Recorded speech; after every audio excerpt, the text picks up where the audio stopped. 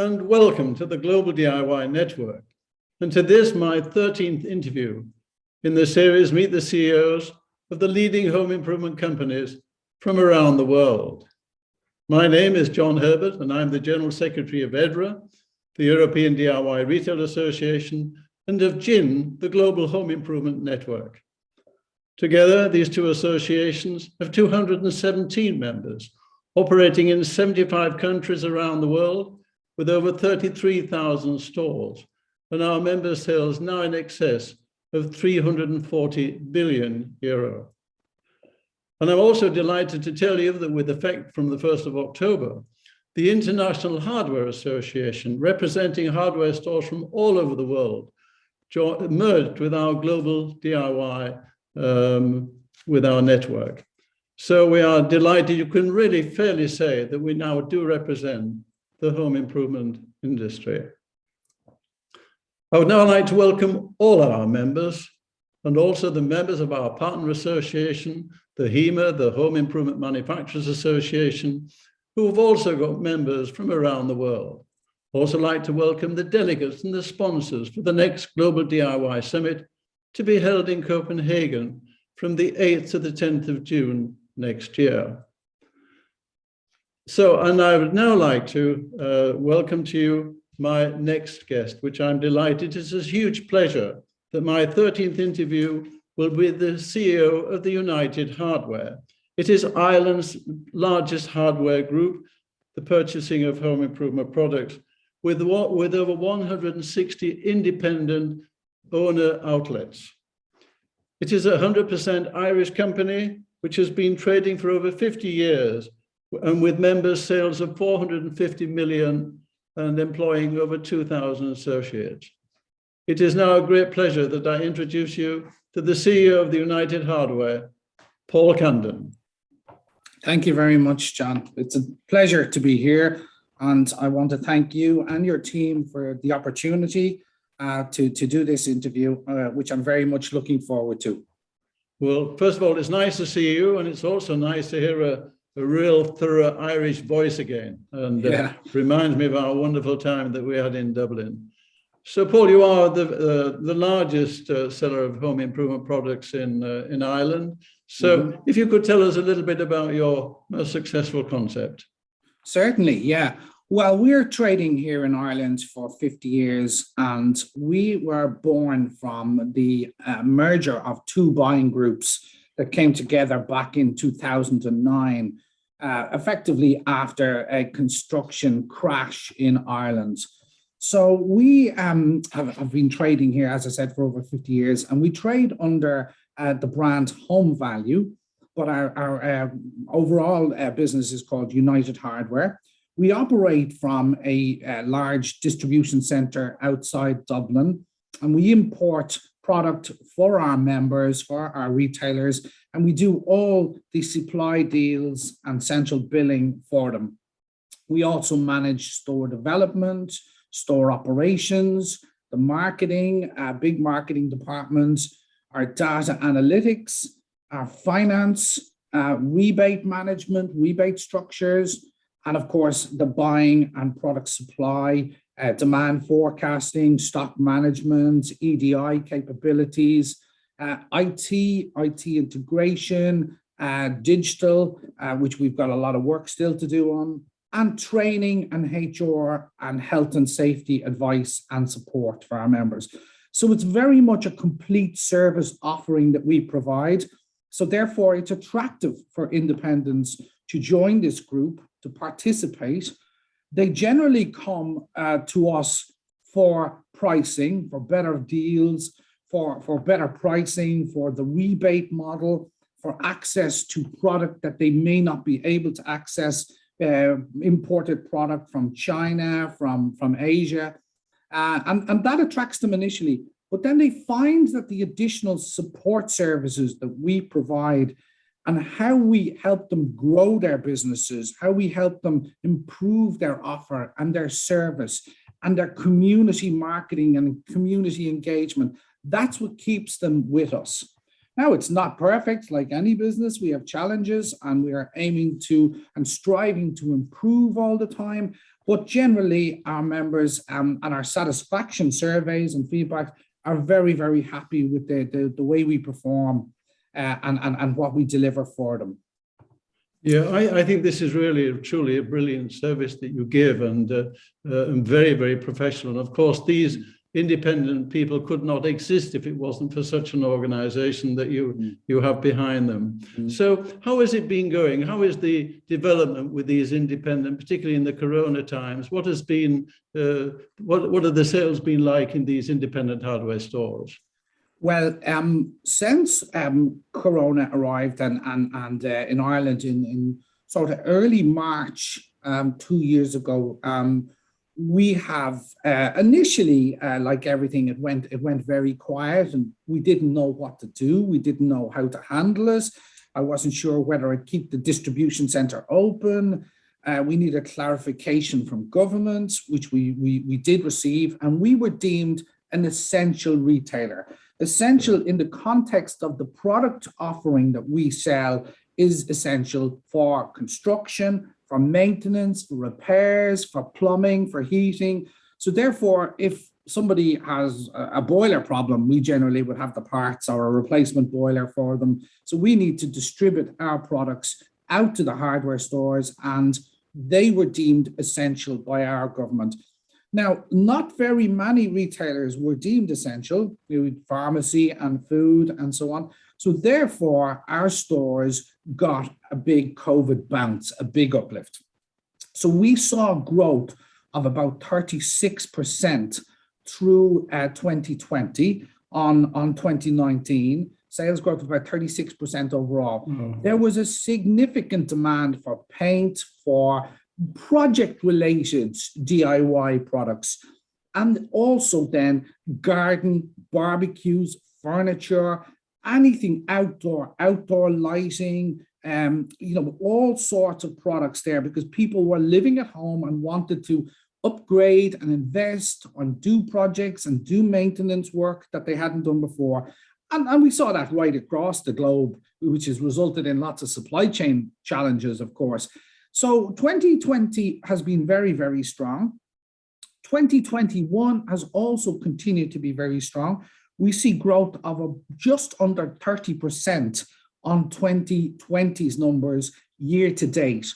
So I'm very pleased about that, because our market, it must be. our market numbers will be growing about 19 to 20%. So if we're getting like 29, just under 30% growth, that's substantial. That is strong. So we're doing something right, and I'm pleased about that. But of course, I have to factor into that growth is inflation. We are looking in Ireland at about 14% inflation growth on construction materials, and our overall national inflation has exceeded 5% now, which is very worrying. And a situation that's quite concerning. So all in all, the business has been performing very, very well, very strong. The last 2 or 3 months have flattened out a little bit as Ireland has started to reopen. And that, when I say reopen, that would be bars and restaurants and cinemas and hotels, and therefore spend is moving maybe away from home-related, construction-related, back into hospitality and so on and so forth. However, yesterday evening, our COVID numbers have been rising rapidly over the last few weeks, and we now are on what they're calling wave 4. We're very concerned about it. We're seeing very, very high rates, and yesterday evening, our government has initiated some new restrictions, having started to allow employees to go back to their offices and so on. They have now reversed that decision, and from Friday, everybody is being required to work from home again. Retail is not yet affected because of the time of year. Hospitality has been curbed and pulled back in terms of their hours of opening. Nightclubs can only open until midnight. Bars can only open until midnight. And, and now at this festive time that we're heading into, that's a challenge. So I suspect, though, that further restrictions will be announced in the coming weeks in Ireland, because we're certainly going back into a very difficult situation. And that is even after we have 93% of our population vaccinated. So the issue with the 7% unvaccinated are causing a big problem, but also vaccinated people are catching COVID and ending up in hospital as well. So these measures are designed obviously to stop the hospitals being overrun. And now we've got to figure out how we re-implement home working again and so on and go back to it. So we're disappointed to see that. We're certainly not free from COVID yet. We're not out of the woods at this point. Well, Paul, you're not on your own. In Germany, it's just the same at the moment. Very high infection rates, new restrictions coming along.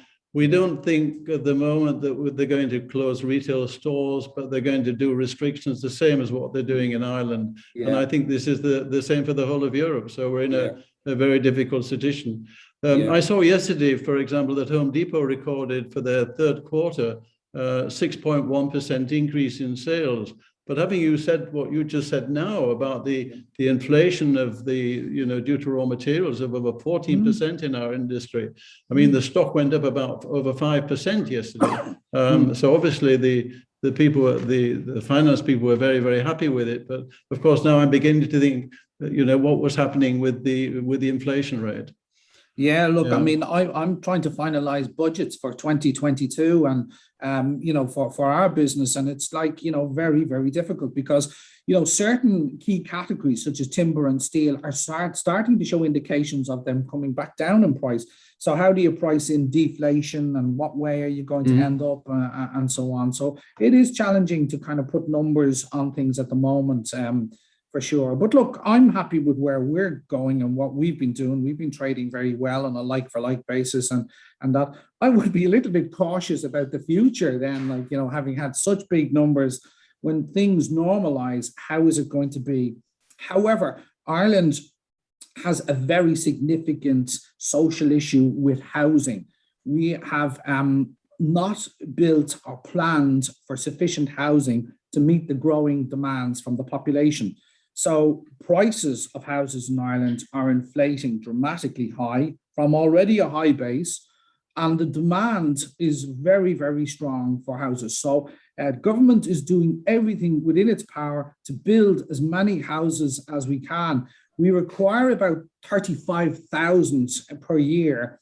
We've been building about 20 to 25 for the last couple of years. So scaling up to achieve that is challenging. It's challenging to get the right labor. It's challenging now from an inflation on construction materials point of view. And it's challenging with the infrastructure tapping into water and sewerage, etc. And our planning legislation is not up to speed as well with the demand. It's also slow and cumbersome. So we've got some real issues, but from my outlook point of view, I would think it's going to be still very strong for our business for the next 3 or 4 years. I can see significant growth because of the construction needs and demands.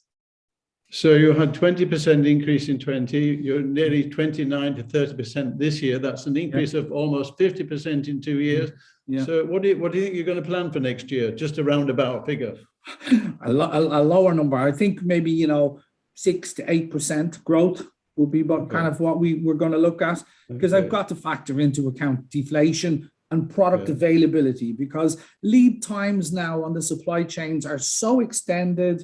It is difficult. We would import a large amount of seasonal product. For example, I have containers of Christmas decorations still stuck in Rotterdam. I have feeder ships trying to get them to Dublin. I have to get clearance then in customs in Dublin. And we're at the 17th of November. I mean, who's going to buy a Christmas tree, that late? If it starts arriving early December, I've got to get it into the distribution center, out to our members. They've got to put them up. They've got to display them. It's going to be very late. So I feel I'm going to be left with some seasonal stock this year because of the supply chain issues. So they're the real world examples of what's going on. Yeah, this is particularly with the containers not coming over and not delivering on time. Yeah, for sure. And what does Brexit? have you had the effects of Brexit, feeling that as well on top of this supply, or Yeah, we have. How is that? It's kind of mixed up. I mean, it's not clear because of COVID supply chain issues exactly what the effect of Brexit has been. But certainly we are importing less from the UK as a country, and us as a business importing less. We are finding alternatives in Europe for supply. And that will be the big one in terms of a lot of construction material suppliers would have kind of put Ireland and the UK together in terms of a geographic area to be managed. But now we're an island off Europe. So we do have our problems in terms of getting product to us. There has been some good initiatives from governments to open up new ferry routes from our main ports to France, to Spain, to Portugal, which have certainly helped and allowed us then to get alternative supply lines, not being as reliant on the UK. When I last looked at it, our purchases from the UK were down about 19%. So in our business, so that's very significant. If that was a number that was across the board in Ireland, which I don't have to hand, that would be very significant for the UK economy. However, our exports to the UK are up around 40%. So it's Really? a good news story. Yes, yeah. So it's a good news story for Ireland in many ways as well, in that the UK are obviously having difficulties in importing themselves from Europe, and maybe finding it easier to import certain product from Ireland. So it's a mixed bag. Yeah. We also have. Yeah. Go on. Sorry, John. Yeah, we also have the issue with the border in Northern Ireland and so on. That's currently an open border, and there's like lots of political issues around whether that's going to be closed or not, which would see some very difficult situations arising for Ireland if that did happen. Is there a big hope for the future, or are people very skeptical of what's going on? Skeptical. Yeah. What a pity. Well, let's only hope it gets solved and the problem gets solved, because we're all, I always used to think, being an Englishman, we're all one family. I know Irish with the Irish, but I just felt we were all part of one family. So let's hope.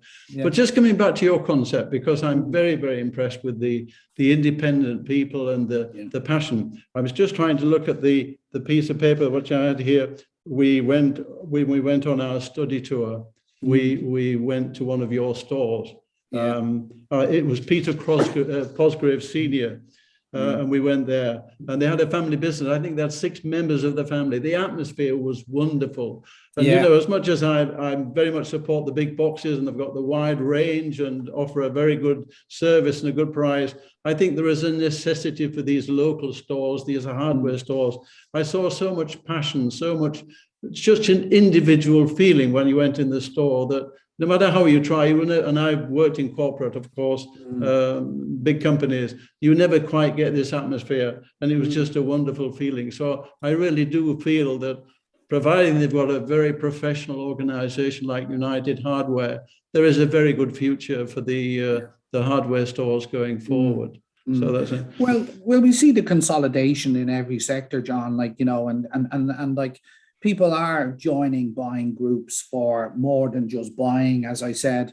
And what I always feel is the advantage we have with our independence is that if we can do a really good job on our purchasing and our support services and so on, and let our independent members do a really good job on the service and community, that will beat the big box operators, because the members have kind of got a secret sauce. They can do things that the big box people can't. They're nimble, they react faster. And the people who went and visited Peter Cosgrove in Grange and his sons who run that business, they are masters at reacting to situations such as COVID. They have done a phenomenal job. And not only that, but they can do things that the big box can't do. They trade differently, they think differently, they go the extra mile for their customers. And it's remarkable to see how much you can learn from them and how much we can share with other members. But that's what owner-managed businesses do really well. That's the secret sauce they have that can beat the big box. And of course, we've got to play our part. We've got to do our bit and support them with, making sure that they're competitive from a pricing point of view, from a marketing point of view, all of those key things as well. Yeah. Well, I know everybody who was on the study tour was so impressed by the warmth and the friendliness and the way he put on the food for us, the little snacks and things like that. It was purely wonderful. Yeah. So let's go. The other profit you've told us about the increased sales you've been having during the COVID-19 times, but also there's been a big surge in online. Now, I would think it would be very difficult. But before you answer that, everybody who's following this live interview today, if you have any questions you would like to ask Paul, do fill it in on the chat, and we'll bring these questions to Paul as he goes along. Okay. Yeah. Sorry. Yeah. Okay. So, yeah, we're talking about online sales. So how does that work with online sales with independents? It's difficult, and a digital strategy I am working on at the moment to change things around. What we've done for the last few years is that we have worked with each of our independents to roll out specific Shopify websites for their business. And we support that centrally then, the install, the setup, the digital materials, the data that's required, all of the kind of stock feeds and so on that are needed. And that piece works well. The area it falls down is their continuing maintenance of the website, their continuing promotion and drive on it, because they tend to not have the resources at store level. If they're sort of small or mid-size DIY stroke builders merchants, the larger members do have the resources and they do a very good job on their websites.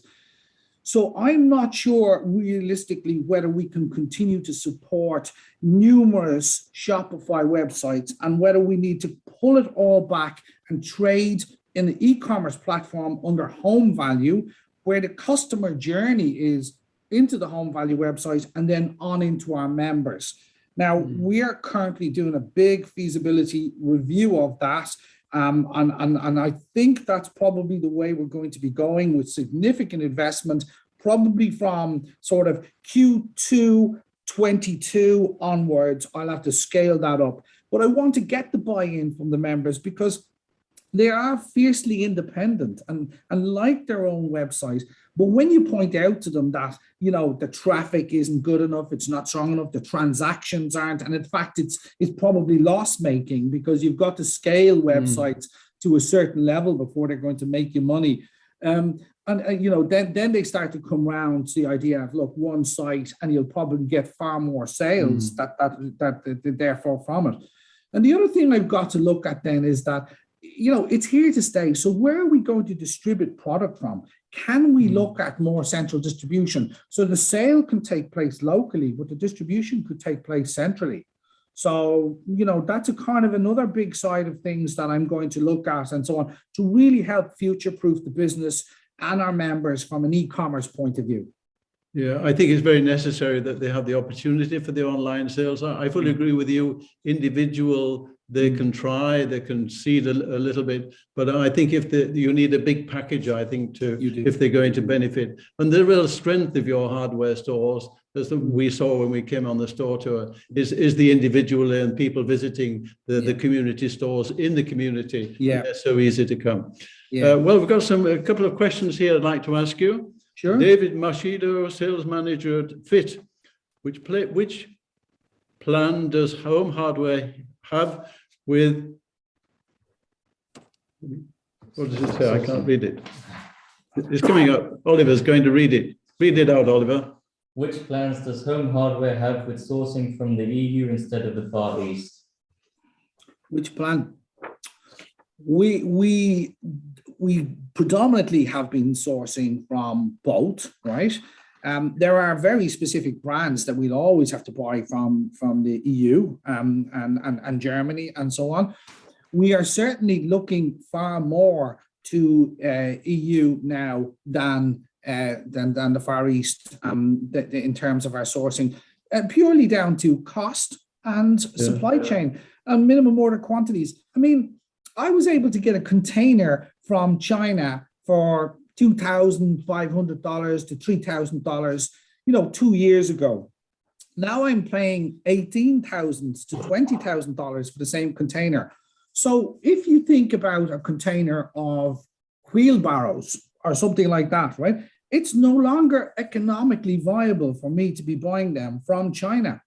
So I'm going to naturally turn to Poland and Czech Republic and various places like that to look at sourcing these products and so on and that. But the difficulty is the time and the challenge in doing that, right? And so on. So you're kind of saying on one hand, you've got to start looking at the EU, but on the other hand, you're kind of hoping that COVID will go away and supply chains will go back to normal and we can go back to the way we were, okay? So I don't have a definitive answer, but we certainly are going to look and certainly are going to source more from the EU. And again, it's like lead times will be faster, costs would be lower, but the product pricing may be a bit higher, but the overall might be lower than coming from China now.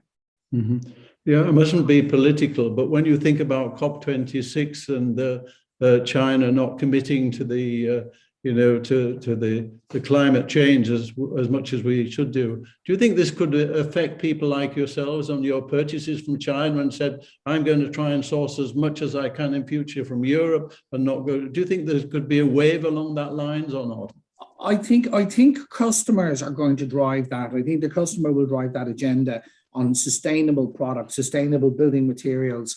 We need to broaden our range of sustainable products and so on, which predominantly then may be sourced from EU countries more than from China. And I think that's probably more likely to drive it, rather than saying, well, China, they're not adhering to some of the global environmental requirements and so on, so we're not going to deal with them. I don't think they're going to have the product offering and the specialists requirements on construction that they will lose out in over time, I think. And I Having said that, go on. Yeah, I think also, look, I mean, business like ourselves, I mean, our board, it requires us to have a sustainable agenda and that. So we have been working hard on that agenda, for our offices, for our distribution center, for making sure that our fork trucks are electric, moving to electric vehicles, doing rainwater harvesting, having solar on our building, and feeding back into the grid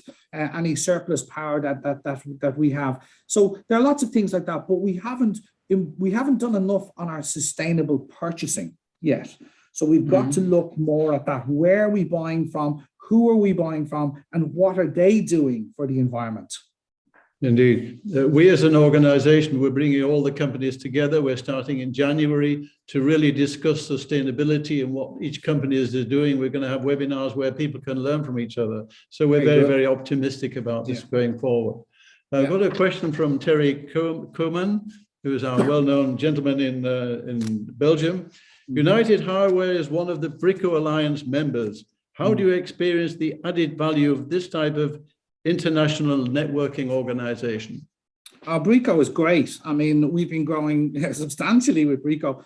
I mean, they do the sourcing for us. I mean, so we say, look, we need to have a look at these products. They're going to China. They're doing the due diligence in factories. They're finding out legitimate places, so they're saving us time. They're saving us money. They're coming back with very, very good product for us, which is being imported into Ireland and selling extremely well. So it's a partnership that's working very, very well, and that I'm delighted to have as part of our offering. So for sure, we look at growing that further as we expand and grow our product range. Yeah, I know that people are very, very happy with the service, and I think they're doing a great job in getting these products to you. Yeah, I'd agree with that. Just one question: how big are your stores? They vary. So there are some smaller stores, from 5,000 square foot to 100,000, to big superstores. So we have got boxes of different sizes and so on. And then we have, like, it's not just the store itself with the DIY offering and hardware offering. We have stores with huge yards as well, where, you know, the trucks are coming in for insulation and timber and steel and all those kind of products too, as well. So we have some really, really big locations, and then some smaller kind of high street and that. So our offer can stretch from homewares stroke DIY right through to heavy, full-blown heavy build merchants and so on. And we're catering for the product offering right through all of those areas. Mm-hmm. But one question we got as well from Eric Moran Gibori. He's the director of retail from DIY channel at Schneider Electric. And he said, what is the portion of consumers against professionals? But you don't have many professionals, do you, buying at your hardware stores? Trade professionals. Yeah, that's it. No, we have a huge number of trade people. Yeah, so they would be really the trade side. It would be about 40 to 50% of some, but it would depend on the store. Overall it would be less because, you know, we get lots of kind of general DIYers and DIY enthusiasts and so on. But the trade part of our business is extremely important because it's large volumes. Yes, it can be lower margin and so on, and it's an account-based system as well. So you're not getting paid cash up front also. So there's credit being offered and that. But trade is extremely important for us. Yeah, I shot an own goal then because I remember going to Peter Cosgrave and seeing all the much trade is doing there. Yeah. Let us just move on to we touched on it briefly, and this is corporate social responsibility and the climate change. And what is your company doing at the moment? You said there's room to improve, but what are you doing at the moment on sustainability and climate change issues? Yeah, we've worked on doing a full audit on our premises, the company-owned operation, distribution center, offices, etc. So we have a sustainable program going on there, which is to move away from fossil fuel to electric, to move to solar panels, to have rainwater harvesting facilities. And the company fleet as well is being kind of moved from diesel vehicles to electric, to hybrids, and then to electric as well. Now, so we've done a lot. We've done a lot of all our premises have very good lighting controls, LED systems as well. So we have done quite a lot of good work. We've changed all our heating systems as well, heat pump systems. So there's been quite an investment in it because our building is kind of old and upgrading it was necessary. The next phase is our sustainable product range and product offering. So we plan in 2022 to build a showroom of sustainable building materials. And that is to showcase to our members the offering from all our different suppliers so that they can get comfortable with these products and then start to sell them in their stores. That's one thing we're doing. We're also working with a great company called Guaranteed Irish. It's a big G symbol that talks about Irish companies that sell lots of Irish products or that are just Irish companies that are driving the sustainable agenda.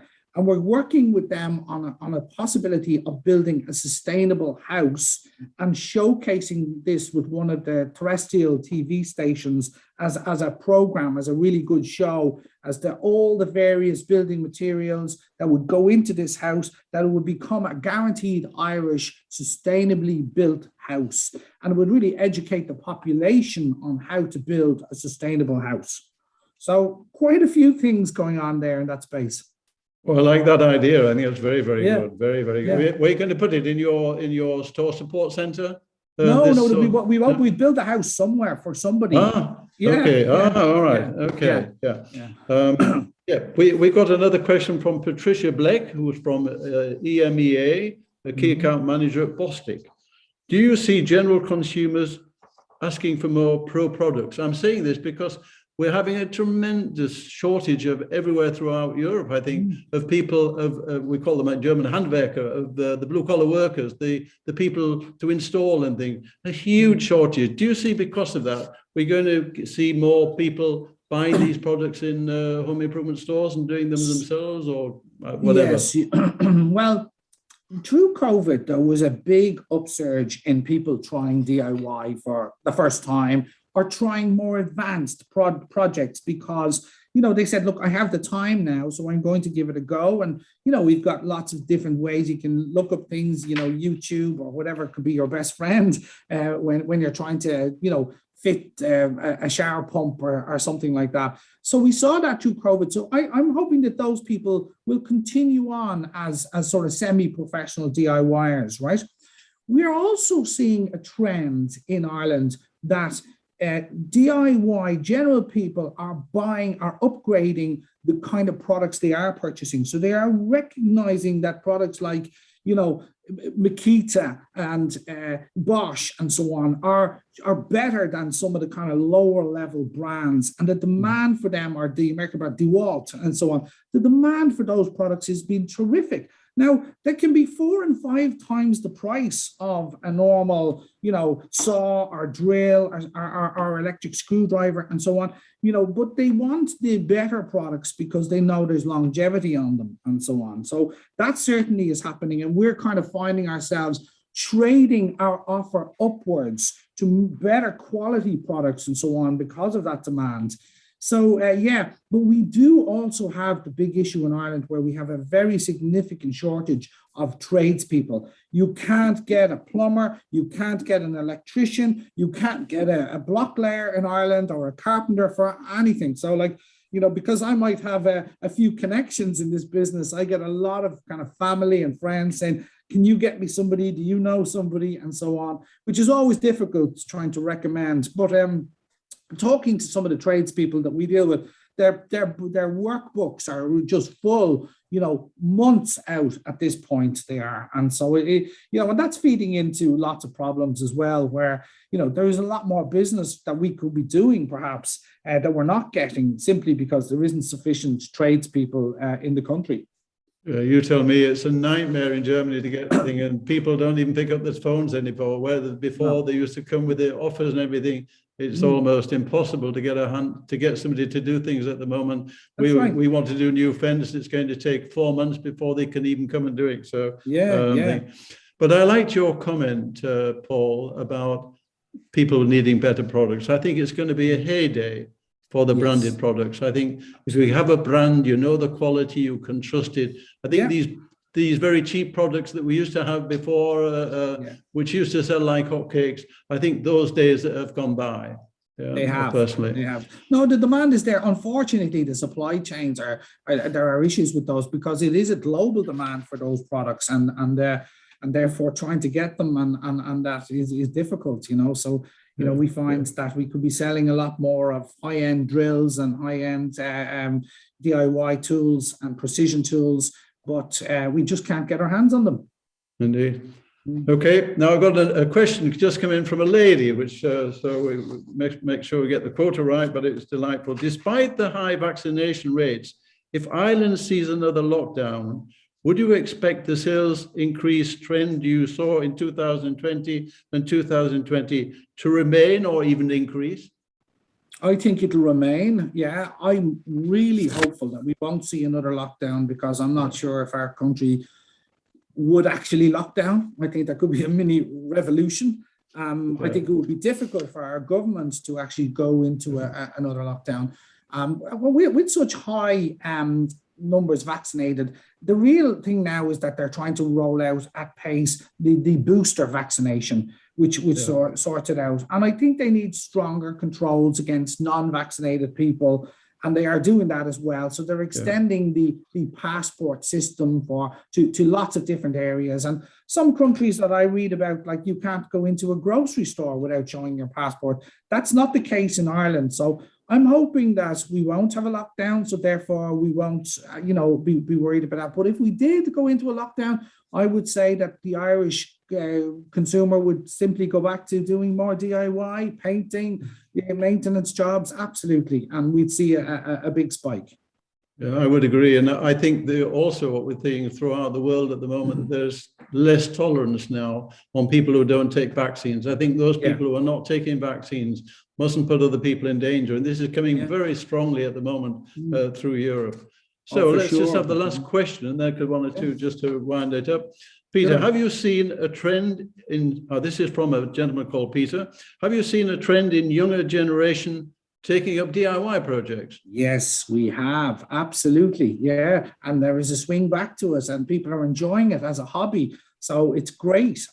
Whereas prior to COVID, there was a trend of no way would I do it. No way am I painting. I'll get, some local, person to do the painting of the fence or the house or whatever it is. But there is quite a trend back to us and so on. And in fact, just I was at a rugby match last week, and I was sitting beside a gentleman who was telling me about his son who took up carpentry through COVID, and he's an 18-year-old boy, and he went and bought himself all the DeWalt toolkit and so on, and has been making a huge amount of money installing composite decking and building outdoor sheds and so on for his neighbors in the neighborhood. And he's buying the materials, he's arriving in their garden, they're telling him what they want, and away they go and so on. And he's a college student and hasn't any intention of going in to become a carpenter, but he's finding this is not just a hobby, but it's a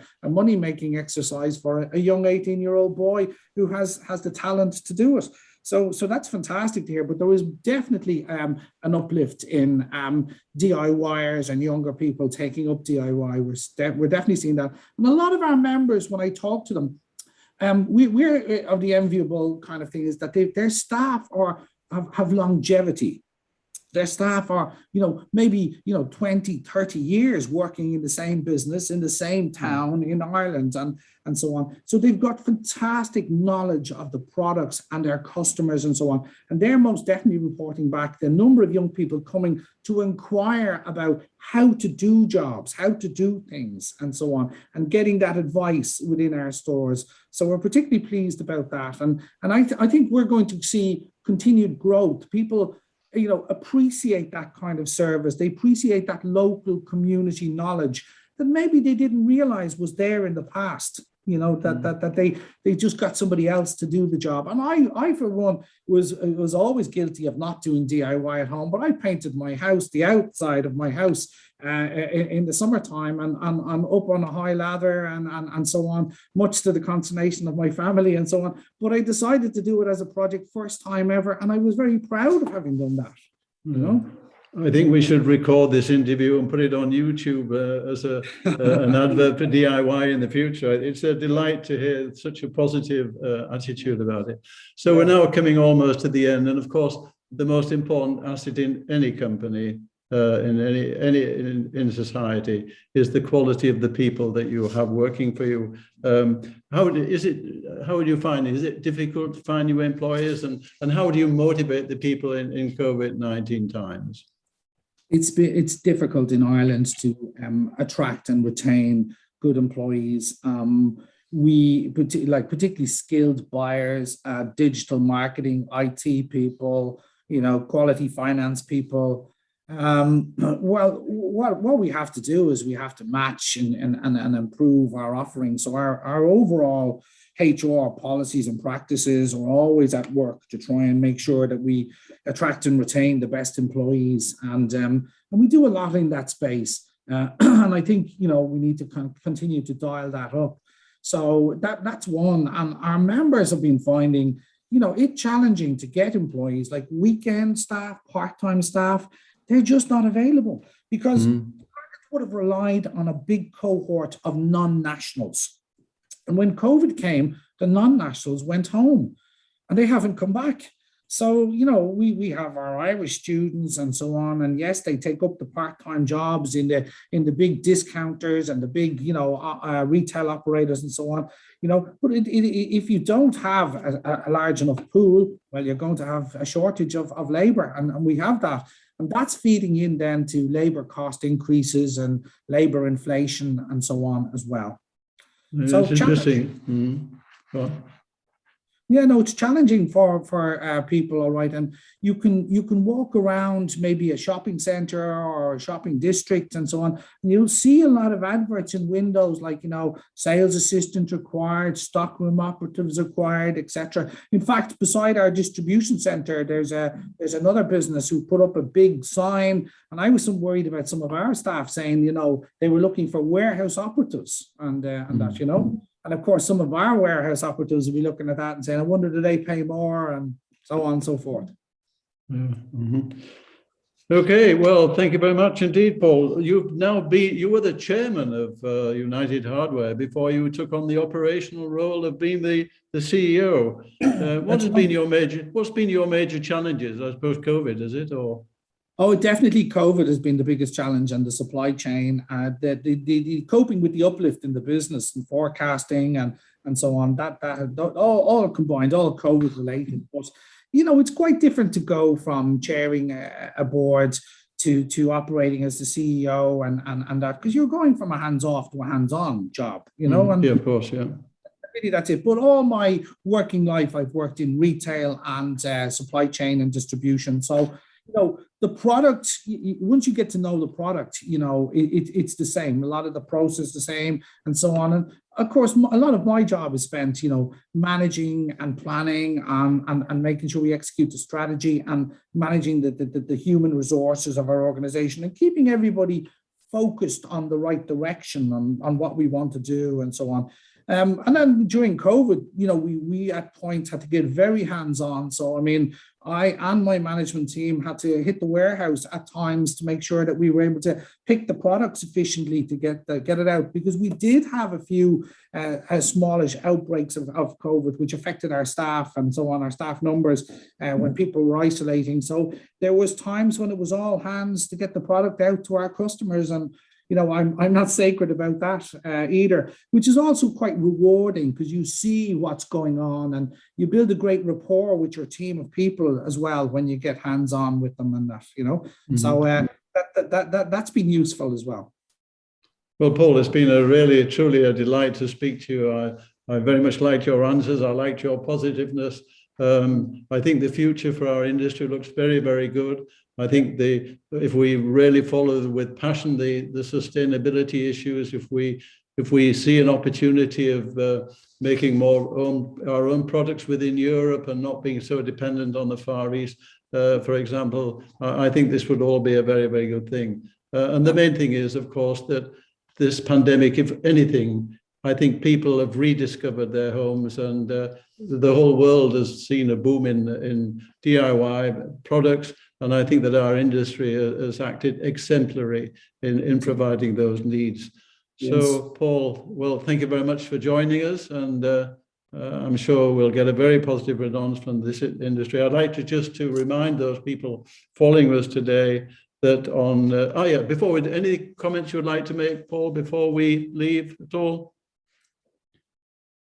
Sorry, I'll just unmute just to say thank you very much for the opportunity, and thank you to everybody who's dialed in to listen today. I'm honored and flattered to have been asked, and I also would like to thank you, John, and your team for the really good work that you continue to do on behalf of our industry. It get noticed, and it is very much appreciated. So thank you for that. And again, finally, thank you to everybody for listening in. Okay, and thank you very much. And we look forward to seeing you, of course, next year on our US study tour, back to the roots, which we're going in September with 48 people from all around the world. So we look forward to you joining us. Thanks, John. Okay. Thank you very much. Take care. To all those, thank you, you too. And so to all those people who are viewing in today, just like to tell you what's coming up on our global network. On Wednesday, the 24th of November, Ken Hughes and Andrew Pearl will be playing the algorithm, how DIY and home improvement brands can win search on Amazon. That's Wednesday, the 24th. That's next week at 12 o'clock. And of course, Ken Hughes is, everybody knows Ken, and he's another Irishman, by the way. So people are looking forward to him. And then on Friday next week, we have got Meet the CEOs, but this time, not with a leading home improvement company, but from one of the world's largest trade fairs, and it's the Cologne Trade Fair. Mr. Gerald Böser is the Chief Executive Officer of the Cologne Trade Fair, which have two of the most important trade fairs for our industry, the Spurger and the GAFA, and the hardware show, the Eisenbahnmesse, and that could be very interesting. The trade fairs have really suffered these last 2 years, but there is a silver lining, I think, coming up, and we'll be looking forward to hearing what Gerald Böser, the CEO, has got to say about it. And then on Wednesday, the 1st of December, all the way from Slovenia, we have the CEO of the #1 company. I think it's the #1 company in Slovenia. It's Merkur. And we're looking forward to speak to Blas Pezjak. So from me, and again, a huge thank you to Paul Candon from United Hardware for this excellent interview he's given us today, and an insight to what is happening in the industry and to all those people following it. So I take this opportunity from here in Germany to thank you for following us today and look forward to joining us again. So thank you and goodbye.